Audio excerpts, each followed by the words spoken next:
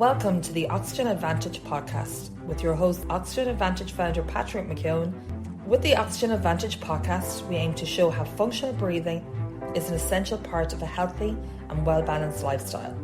Each episode, we meet experts in their field from around the world and talk about their lives, their experiences, and how they learned the importance of breathing. Join us and get inspired.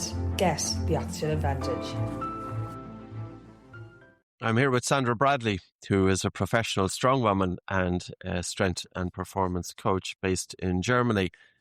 And I'm intrigued in terms of all of the training techniques that Sandra is using, her mindset, what really drives her. Where does breathing come into this? Because I have heard on the grapevine that she's working with an Oxygen Advantage instructor, Sarah Moore, also based in Germany. So Sandra, you're very welcome. And your surname is Bradley. Initially, when I read it, I thought you were from Ireland. But then I did a little bit of a Google search and you're based in Germany. So you're very welcome. I'm really looking forward to the chat. It's quite a different sport. Just a little bit of your background. When did you first realize that you were, you had the qualities, you had the talent to be able to do what you do? I think it was like in the midst of my journey towards becoming like one of the top leading strong women in the world. I've always had like this interest in strength sports. I've used to watch World's Strongest Man on TV when I was a teenager, and I always found it fascinating, like watching them pull the trucks and lift the rocks, especially lifting the rocks. I thought it was just incredible to see them lifting 160 kilo of concrete stone up to a platform. And I've never really thought that I could do it as a woman, or that there would be any place where I could practice it or train for it. And then the years went on and I just started strength training and I got into other sports. And then through CrossFit, I actually got in touch with back then former Germany's Strongest Woman. That was in 2013, and she organized a beginners competition and invited me. So that was the first beginners competition in Germany, also for women. And the rest is history. And then I started to get more into strongman and just focused more on it. And then I realized that I really had maybe not a talent, but just an affinity for lifting heavy things and a real deep interest and hyper focus. So that's what I just put my life to the last decade, is just trying to lift bigger and heavier rocks and carry around odd objects, because it gave me a lot of self-actualization and self-confidence to be able to move weird and odd objects that you never thought you could move. That's something that the sport of strongman or the sport of stone lifting can give you that no other sport can give you, because it's not just a dumbbell. You don't know how to pick it up. Like there's this huge rock or the sandbag or this massive yoke or these heavy farmers that you've never picked up before, but then you do it. And that has like a certain kind of like magic to it that you can't replicate with anything else. Or the first time you pull a truck, you never think that, oh my God, how the hell I'm going to pull a truck? And then this really intrigues you more, and then you just keep putting in more work. So I really put in a lot of work, and like basically it has been my whole life for the past decade. Now I'm in the transition to focus more on bringing up the next generation and putting more effort in my coaching business. But yeah, so it's been a lot of hard work, not necessarily just talent, but just hard work and dedication. So I feel that this sport is for everyone. You don't have to start with these insane weights. You can start really light. You can scale it down for everyone. And it's one of the sports that I feel is the most practical for everyday life, because you get prepared to lift odd objects safely and securely, so you can prevent injury in everyday life. Like you have to move and you have to carry your couch or a washer. You will be able to know how to safely lift those things without hurting yourself.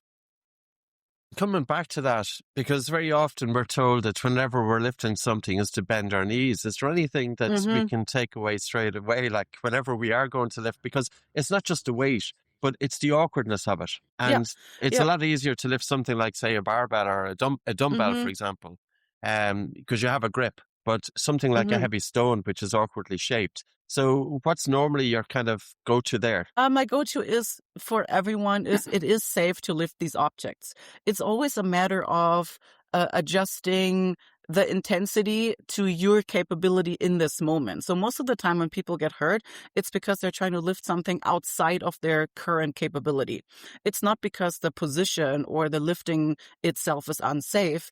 It's just that our bodies or those bodies are not trained in these specific positions to that specific weight. So everyone can learn to be more efficient and safe in these positions. You just have to, it's exposure again. You have to train exposure in these positions and strengthen these positions from the ground up.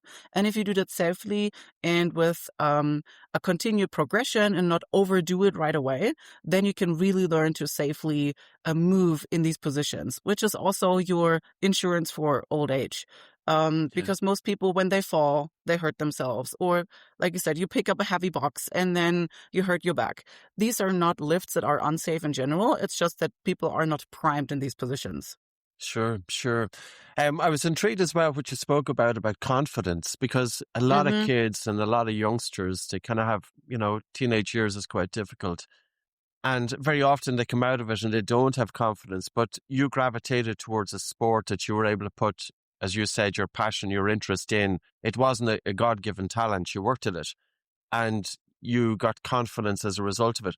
I like this piece because I think a lot of kids, if they were to apply themselves, will it make a difference despite what's happening elsewhere in their life? So you're taking that, your transition. I think so too. And especially like those things, you and that can aspect of it. start doing them on your own, like lifting a rock in nature. It's easy to get to.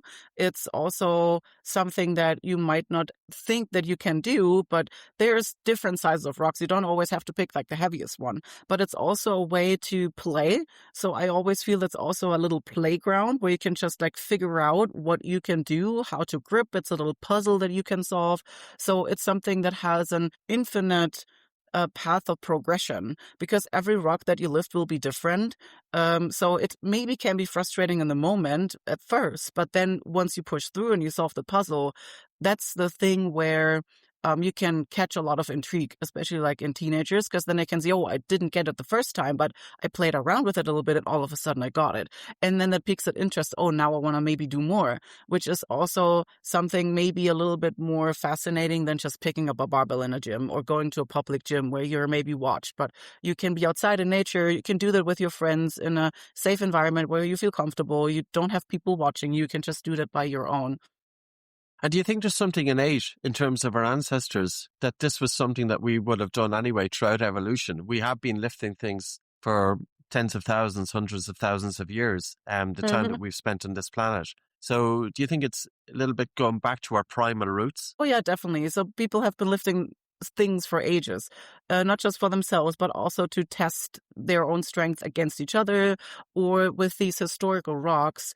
A lot of them are in relation to like a strength test to apply for a position. For example, in Sweden, there are a lot of historical stones where you had to lift them, for example, in front of a farmer's house. So if you wanted to apply for a job at the local farmer, he might have had a stone there or like different stones, and you had to prove your strength before you could apply for a job to become like a farmer's hand. Or in Iceland, the different rocks also had different purposes. So, for example, the heaviest rock that I lifted in Iceland, the Fullsterkur, is a part of a 4-stone series in a place called breathwork. It's close to the ocean where there used to be a lot of fishing. So to apply to be a member of the fishing crew, you had to apply by lifting these rocks first to prove if you're strong enough, because the seas are rough. You had to show that you're strong enough to be a valid member of the crew, because that determined the safety of the crew. So you had to show what kind of level of strength you had. And then this determined the position in the crew that you got, and it also determined the payment that you got. So there's like 4 stones from like very light to heavy, and the heaviest 2 are called halfsterkur, so half strong, and fullsterkur, full strong. And if you lifted the heaviest one, you had proven that you were fully strong, and then you were a full fledged member of the crew, and you also were getting the full payment. If you only lifted the Fullsterkur, then you only got half payment, and you got a little bit of an easier job on the fisher crew. So those is also the history of some of the historical rocks that you find around the world. They always had some purpose of either a strength test or maybe even an application for a job. It's pretty amazing. Mm-hmm. I wonder how many females were lifting it. I don't mean that in a sexist way or anything like that, but, you know, I'm just typically thinking 154 kilograms is what you lifted, the Fullsterkur rock. I'm 90 kg. It's a pretty big weight, you know, 154. Most men will not be able to lift it. And yet you were the first woman ever to lift it. It's pretty amazing. So what you obviously came across, you set your goals on that, you worked towards it. Can you just give us a little bit about that drive, that push, that want, and your sense of achievement afterwards? Did it meet your expectations? Oh yeah, it definitely met my expectations. Like for me, achieving this, that was in, hold on, I have to think, 2024, was kind of for me the ultimate end goal that I had when I first started out my strength journey. So when I started my strength journey, my goal was to become world's strongest woman, but just not necessarily achieving the title of world's strongest woman. Yes, it was the aim that I was shooting for, but I wanted to find out how strong I can possibly become and also inspire other women to show them that women are allowed to be strong and that we can be strong. Because when I started my strength journey, internet, we didn't really have anything to compare us to. There was no social media, so I didn't know if any other women were lifting or lifting heavy. So I just went in with an open mindset, and I just wanted to find out how strong I could possibly become. And lifting that rock was the accumulation of over a decade of work. And it's really hard to describe that feeling, but to be able to have this or see this peak in something that is so meaningful just for myself outside of a specific competition, not necessarily achieving my goal with reaching a title, because you won't get happy from reaching a title, or you won't get happy from purchasing that house or purchasing that car, but it's the process that shapes you, and it's the process that forms you into the human that you set out to become.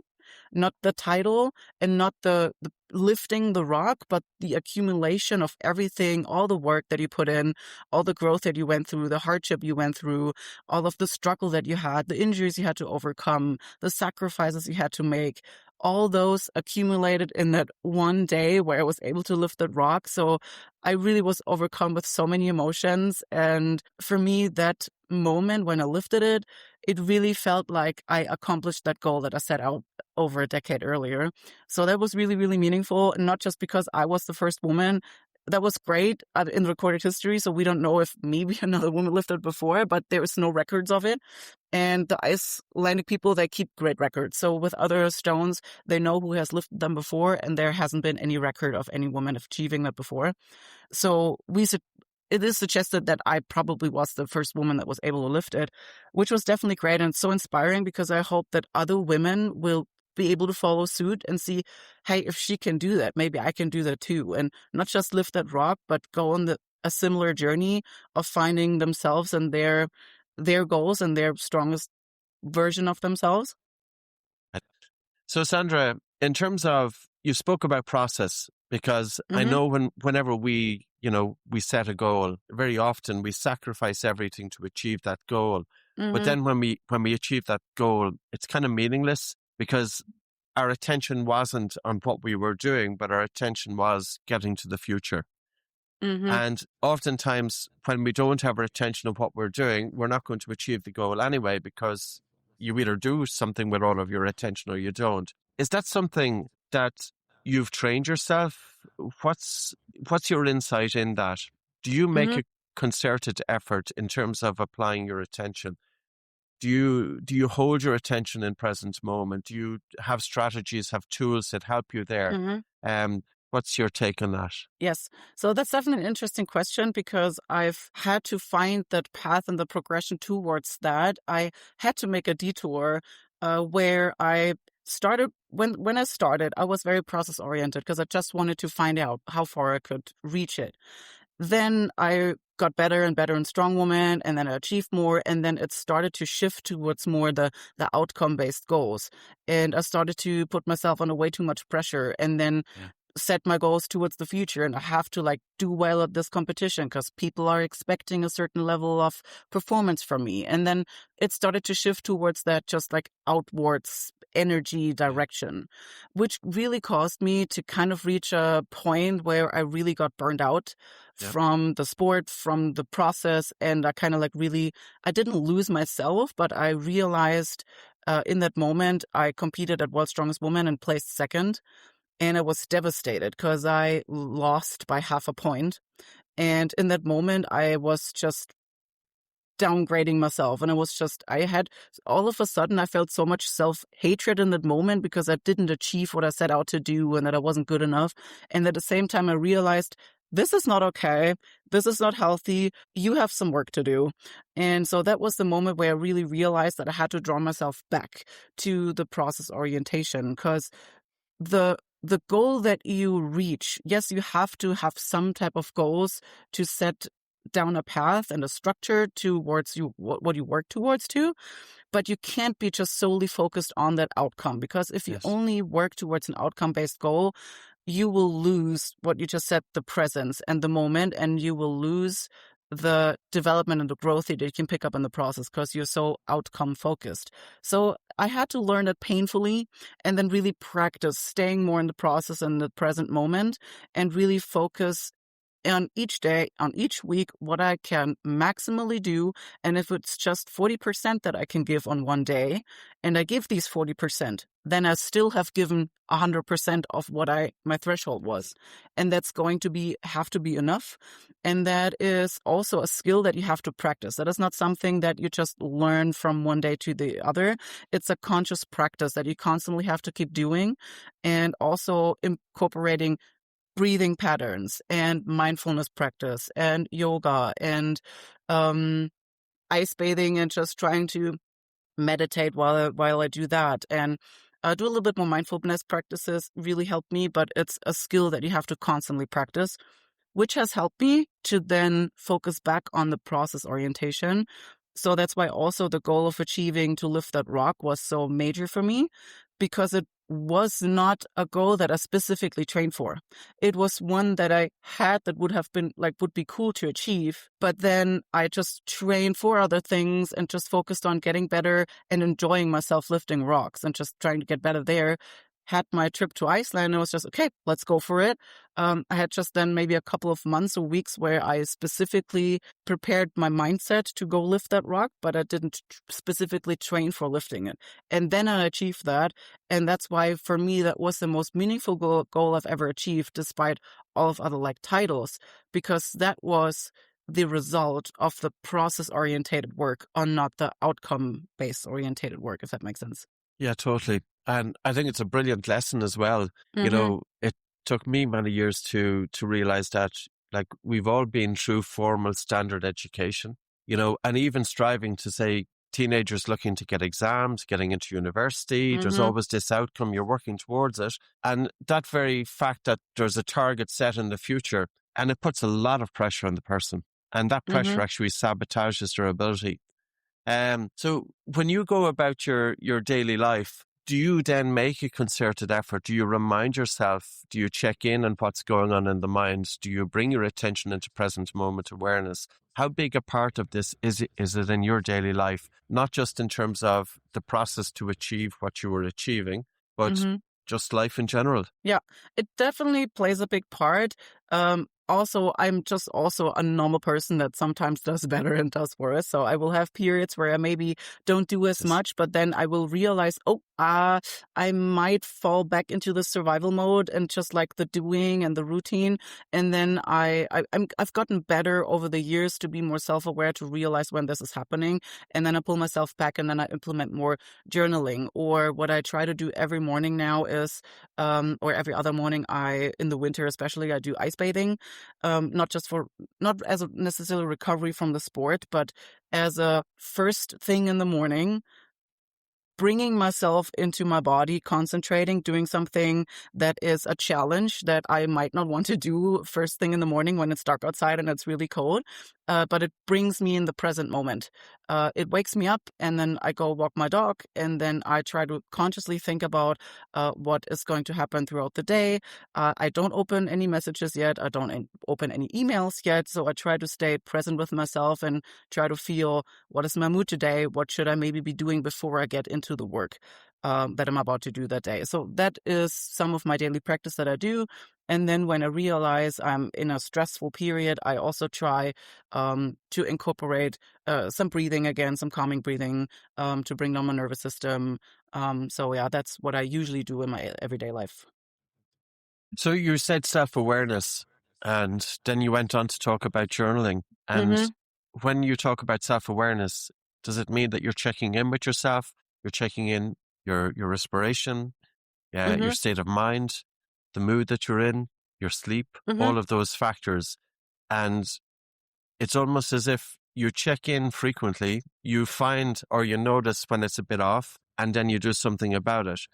Was that always you? Say, for That was example, not always me. and can you, that comparison, because there's going to be a lot of people listening to this and they don't check in, because I think human society, it almost trains us to be so stuck in our head that we are oblivious to what's going on and we ignore the signals. And you mentioned about burnout earlier on. And if we do ignore the signals, we override what the body is telling us, it can lead to burnout. So if you were to make a comparison between how you were living now to how you were living, say, before you started on this path of self-awareness, can you talk a little bit about that? Yeah, how did I go from not being so self-aware to being able to tell these signs and being more self-aware?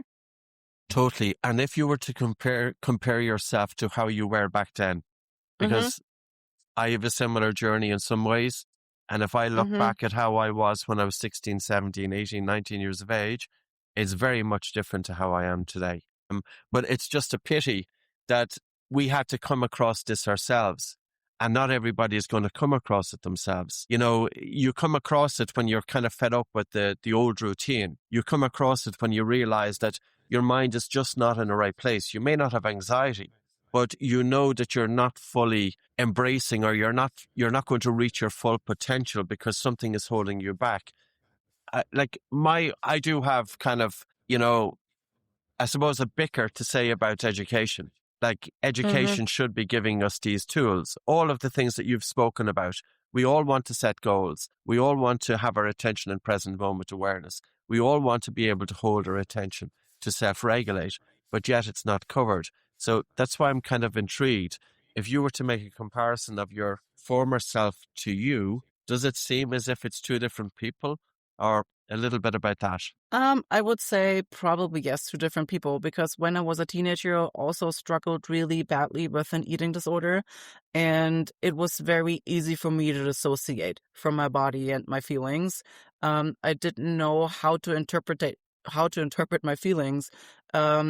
I closed myself off from my friends because I was also severely bullied when I was in school. So I learned to just shut myself off from society, because apparently I thought that I wasn't good enough the way I was. So I deconditioned myself to allow myself to feel love for myself, and then naturally also for others, which I was a very, very loving person, but I learned to dissociate from that. So I got to a point where I was very dissociated from what was going on inside of my body, because there was just so much that I wasn't able to interpret. So I just shut it off into a little compartment. And it took me decades to now. So it's basically it's 20 years of process that got me through a lot of hardship and a lot of trial and error, and figuring things out, what does work for me, and getting to a lot of painful moments where I had to redirect my attention and the way I was thinking. Like you said, some people might not always get to there. I always had that mindset of, okay, if I keep running into a wall, I have to change something, because otherwise I will keep running into the wall. And it was really a trial and error thing and a practice thing. And I always had that courage. Also, that strength sport really gave me that courage to keep trying to find different solutions to a problem that I have. And if the first solution doesn't work, there will be a different solution. I'm just going to have to look for it. And I have to solve the puzzle. And the analogy of the stone lifting really also helped me as well as, if it doesn't work on the first try, it might also not work on the second try. But if I just keep applying myself and keep practicing, I will find that puzzle piece that works for me. Because not every conscious practice or things that we do, the stuff that help me will not help another person, but maybe something else will help. And I truly believe that every person has the solution inside of them, what they need, if they're open and willing to look for it. And that you might not have the self-awareness in the beginning. The only thing that you have to have is that open mindset to search for it. And if you have that open mindset to search for what is going on, you will find it. You just have to keep practicing, no matter how hard it gets and no matter how uncomfortable it is. That's why also I love strength sports. You learn to tolerate more uncomfortableness and more discomfort, because searching within ourselves what our problem is going to be uncomfortable. It's not going to be an easy path. So as long as you stay open to this discomfort and being able to hold space for it without judging yourself for it, without judging yourself for things that you do wrong and things you might misbehave, or you're not the victim of your actions or your emotions. If you just stay open and look for where you need to go, you will find it. So I think that's for me, the biggest advice that I could give to anyone, without telling people start journaling or start a breathing practice. Just stay open-minded with what's going on and start practicing. It might be going better on one day, it might go worse on the other day. But start with just sitting with yourself and sitting with your emotions without distracting yourself, without picking up your phone, without turning on the TV. Just be bored. Be bored for a little bit. Sit, stare into the nature, maybe go out in nature where you have no other influences, and just be with yourself. And then you will start feeling something, no matter what it is. You don't have to be able to interpret it right away or find a solution or an answer. Just start being. Don't do anything. Just sit and be. And I think that's the best advice for anyone to start, because then you will automatically find a solution. If you just keep doing that continuously, you will find where you need to go. There's a lot going on there. Where do I start? I want to just bring it back a small bit. You were talking about bullies, and many people experience bullies, and I have no time for them whatsoever. I think the damage that they can inflict. So it's almost as if they're pulling down an individual, that they are doing whatever they can do to pull down that individual. Now, you had an inner strength that you were able to capitalize on. And you had an inner strength, and you had a drive to go into the field that you're doing, and you were becoming successful at it. So regardless of what they were saying, regardless of what they were doing, it's almost as if you were saying, and I'm going to use the words, fuck you, I'm going to do what I want to do. Yeah. And they're not going to pull me down, because I know I've applied myself to the best of my ability. I've achieved far more. And I guarantee you, if you look back at these bullies may not have achieved anything in their life, and they're still in their own miserable way. And that's not, one might say, well, that's a terrible thing to say, but it just, like, their internal minds, they're not just polluting their own heads, but they're trying to pollute everybody else's, and they're doing a lot of damage in the process. So coming back to then self-aware, so you said go out into nature or be with yourself. Can we just untangle that a little bit? Because people might have the impression that you go out into nature and you try and think your way through the problems. Is it about trying to think your way through the problem? Because oftentimes thinking is the problem. Or where do we go with that one? Yeah.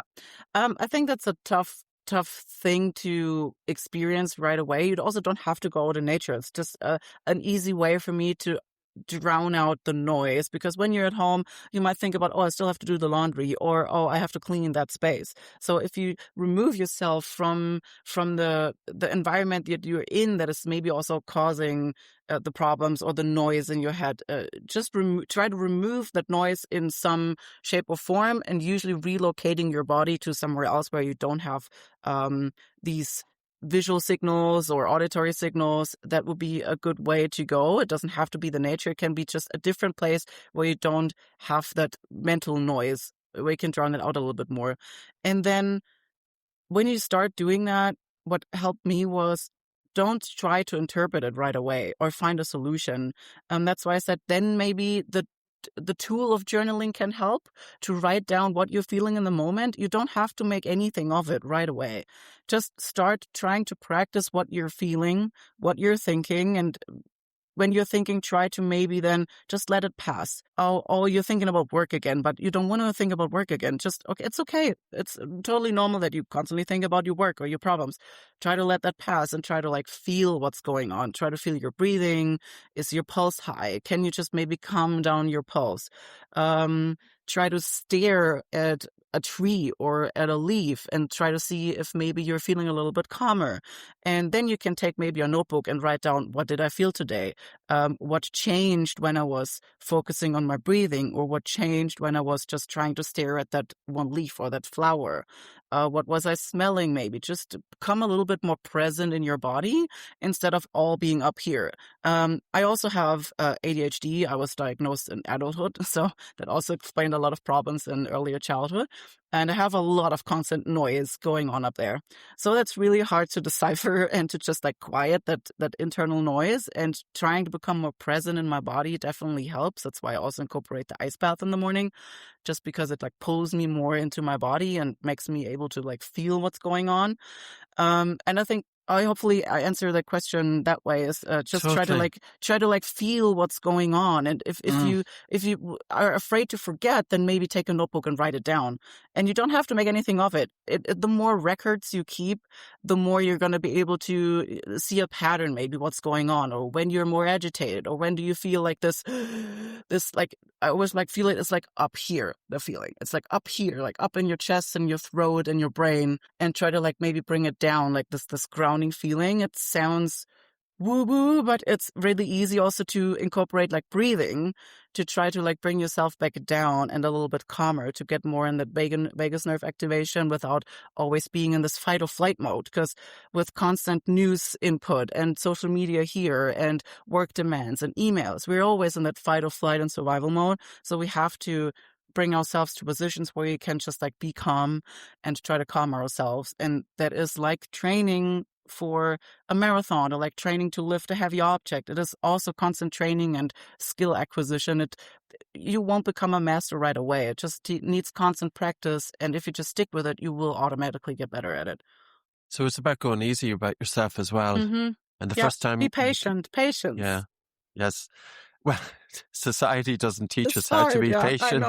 Society is teaching us instant gratification, that we want to achieve everything here and now and everywhere. And it's almost as if the human mind is being trained now to be more distracted than ever before. You touched on social media. So I'm just going to kind of come back to what you were talking about. So you said, okay, you don't have to go into nature, but it is about being present with yourself. And it is about getting your attention out of your head. So you spoke about bringing your attention onto your breathing, holding your attention there. That can be one way to do it. And of course, the mind has a tendency to wander, but are we present enough then to bring it back? Expect the mind to wander, but when you notice it wandering, bring it back. The second one you said is bring your attention into the body. Hold your attention there. You use the ice baths or something that can be uncomfortable. It's almost that you surrender to it, that it's forcing you, or at least it's helping you to get out of your head into your body, to help to break that pattern of thinking and to create gaps between thoughts. And then the third one you said is when you go out into nature or somewhere else, that you're looking, but you're not looking through analytical thought. You're just bringing your senses into present moment awareness. Like, I love this stuff. I absolutely think that everybody should be exposed to it, bring it into their way of life. You had an incentive because your mental noise is probably a bit noisier than other people. It's how much then has your mind activity reduced from, in other words, despite having, say, being diagnosed with ADHD, you have brought these into your way of life, irrespective of that. How much do you feel that your mental noise, would you have a number for it? Has it reduced by 10%, 20%, 5%? I think that's hard to say, because I've feel like the mental noise is maybe sometimes even somewhat the same. I just know how to deal with it better.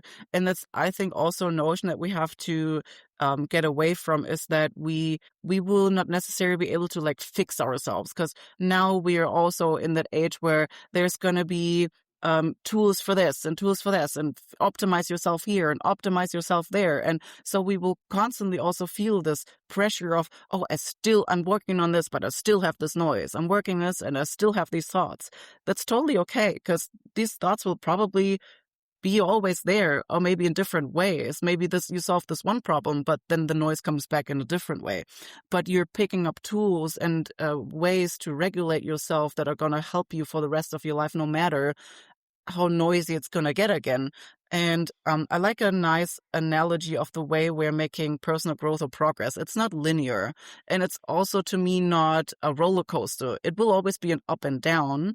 But recently also Sarah told me there's a nice way to think about it more as growing outwards in a spiral. Think about growing outwards in a spiral, and then you come to a crossroads, or you come to a barrier that you need to move around or need to pass. So then you come here to that hurdle. You have to go all the way around it, but then you keep growing. You think, oh, I already passed that hurdle, but all of a sudden you're back there.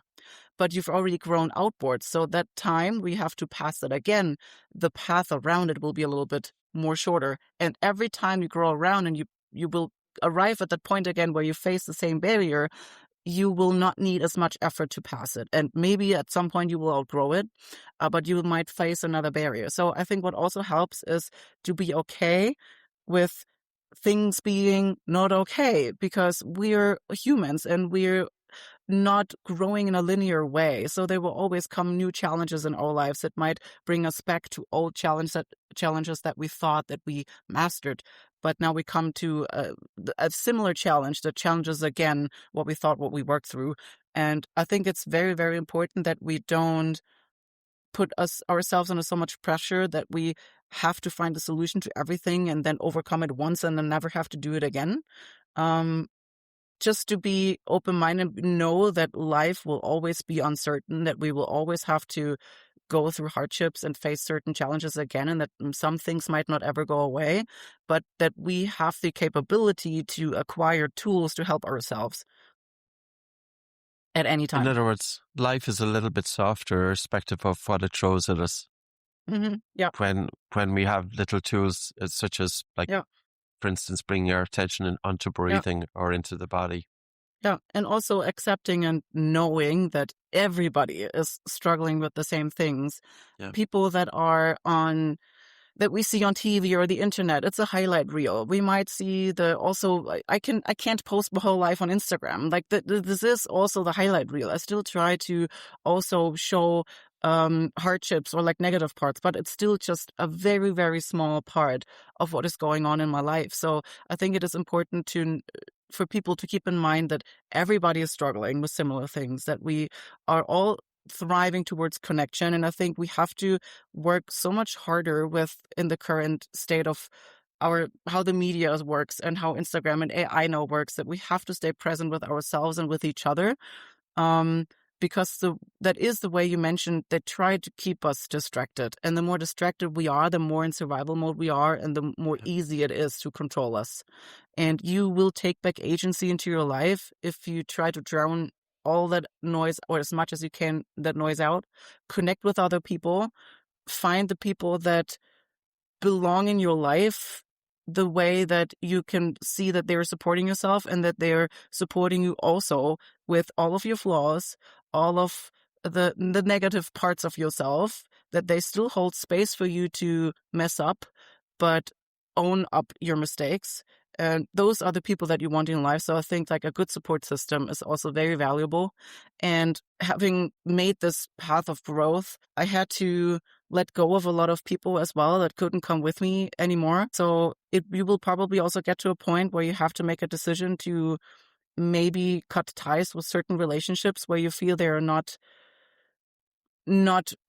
beneficial anymore. I don't want to say just, oh, this person doesn't accept me, so I'm just cutting ties. So we still need to be able to hold hard conversations, because that's how we grow also in relationships, is through struggle that we face together and find solutions. But if I feel like this person can't hold space for me and myself, like my true self, then okay, then I might have to let this person go. But I will have other people in my life that really support me and my journey and are there for me even on my hard days. So I think that's another part that is really important, to look for the people that are going to be your support system. And you don't have to have a ton of friends.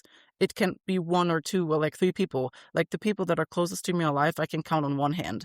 You don't have to have 20, 30 friends. You will have acquaintances, but the true people in your life that are going to always be there for you are going to be very few. But this is important that you pick out the right people. And if you feel that it's not the right person, then that person can't be in your inner circle. It can still be your outer circle. You can still be friends, but it might not be your innermost confidant.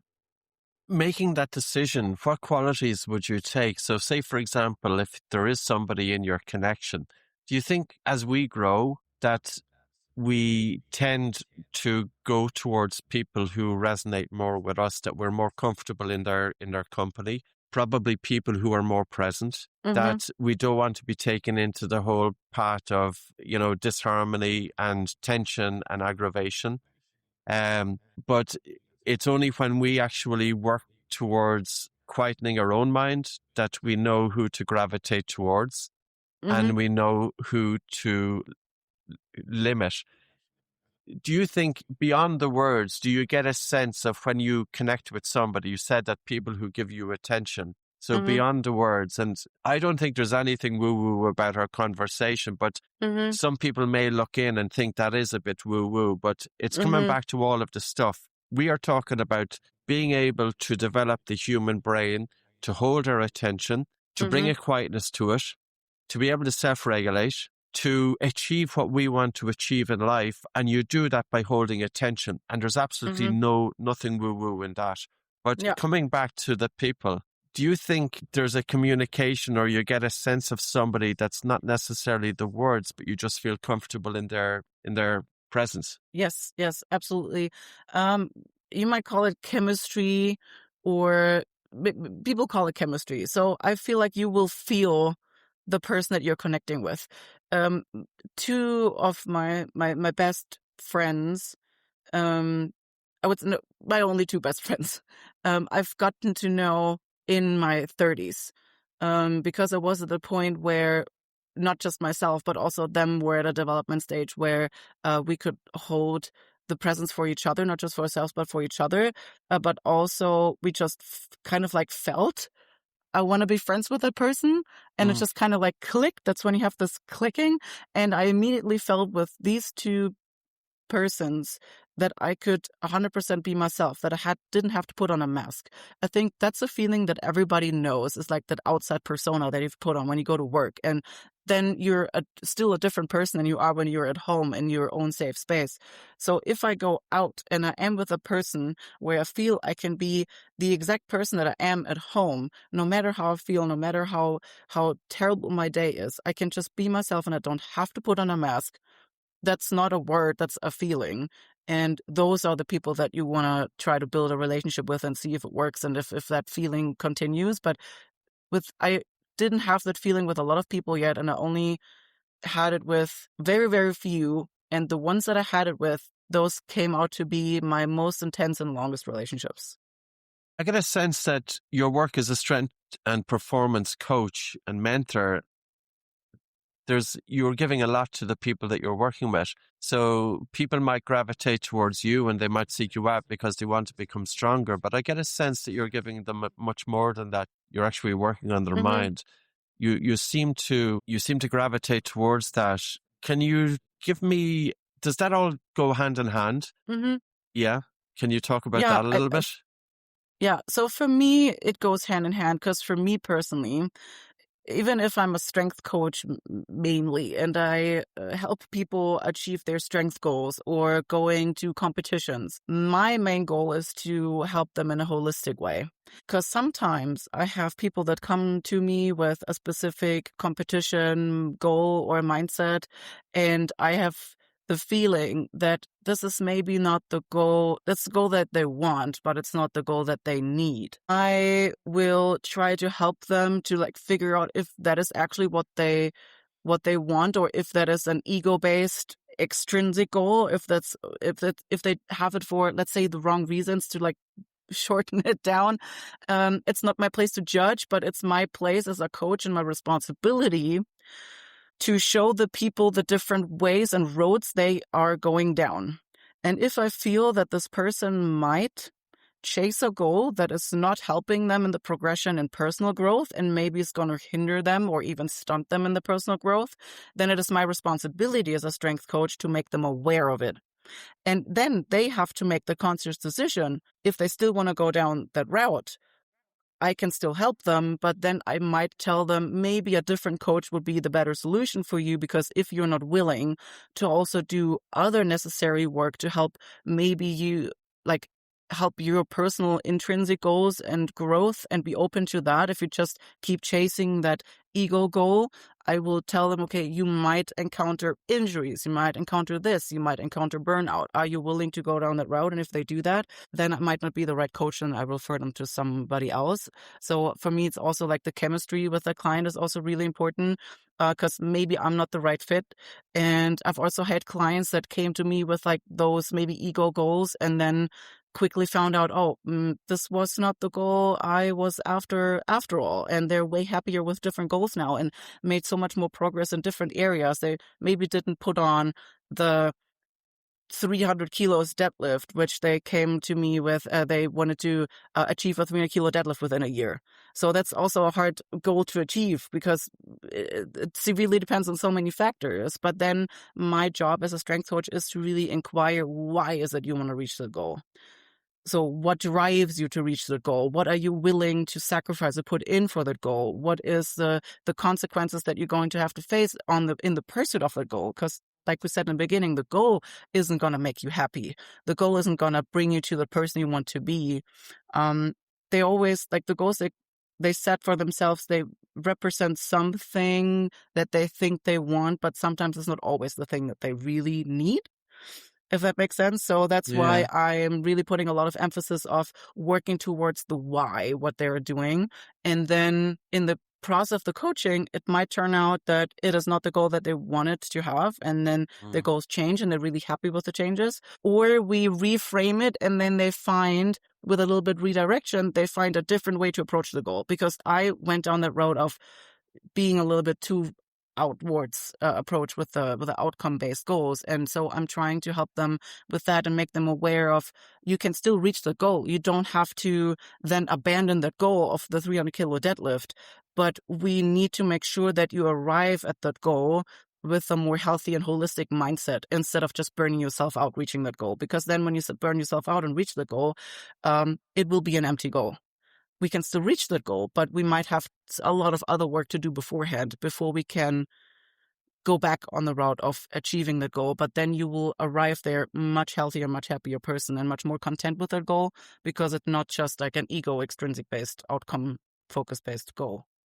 Differentiating between ego-based and intrinsic is not always easy. And I'm just conscious of time as well. I've really enjoyed this conversation. Is there a simple way? I know there's probably not, but is there a simple way of identifying when it's ego-driven? Is the person doing it solely because they can tell a story to other people that they will be seen differently? Versus when you're talking about intrinsic, you're thinking about, can you talk about that just for a little? I think a lot of what is a common denominator when I get when you're in a conversation with a person, you ask them about their goals, and the common denominator when you can feel that it's more of like an ego and extrinsic goal is that they still have the need to prove themselves, to think that they are worth more when they reach the goal in the face of in the view of other people.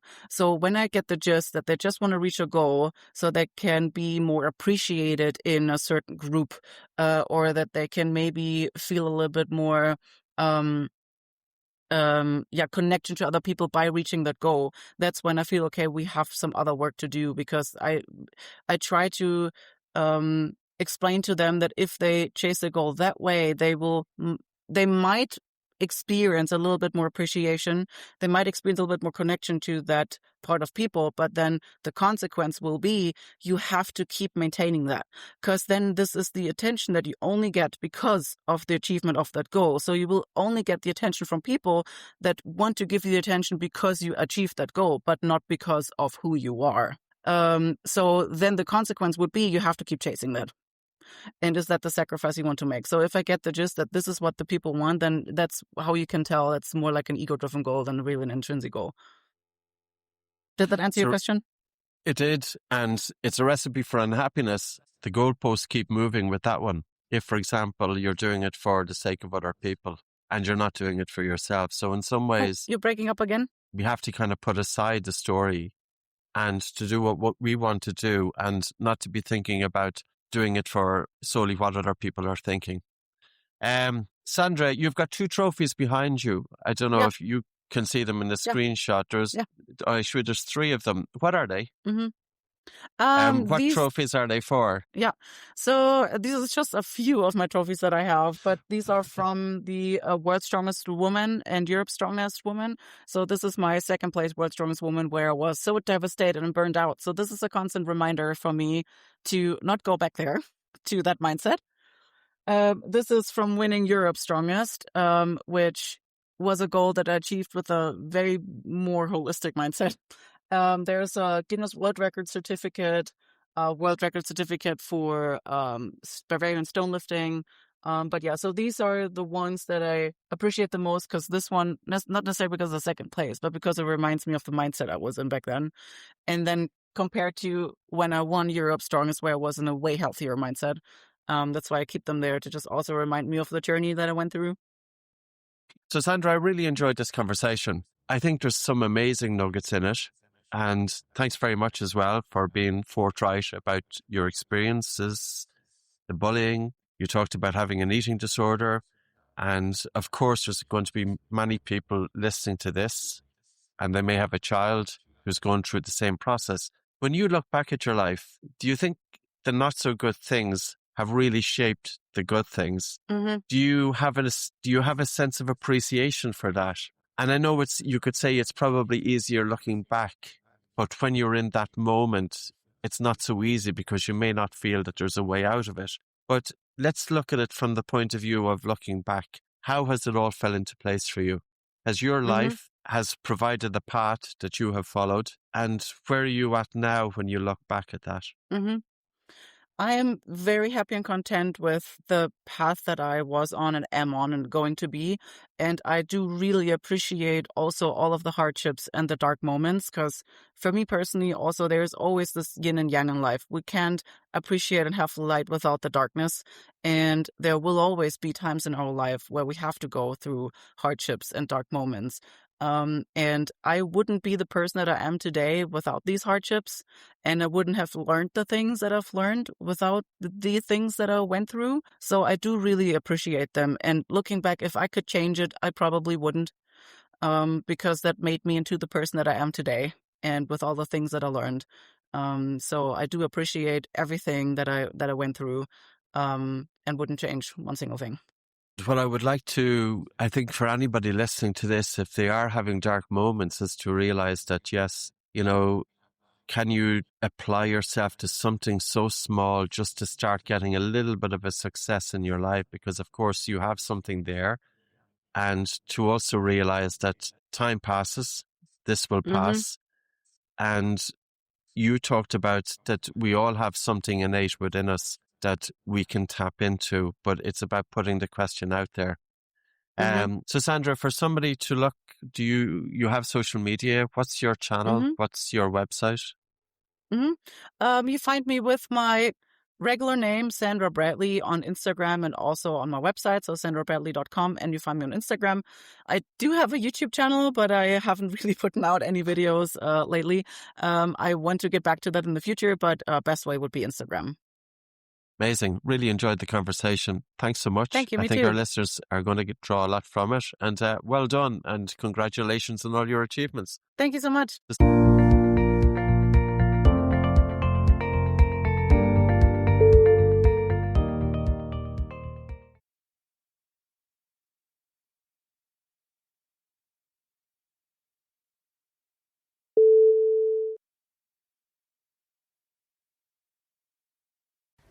Thank you for listening to the Oxygen Advantage podcast. If you liked what you heard, please subscribe and maybe take the time to leave us a review. The Oxygen Advantage podcast is available from all your podcast providers.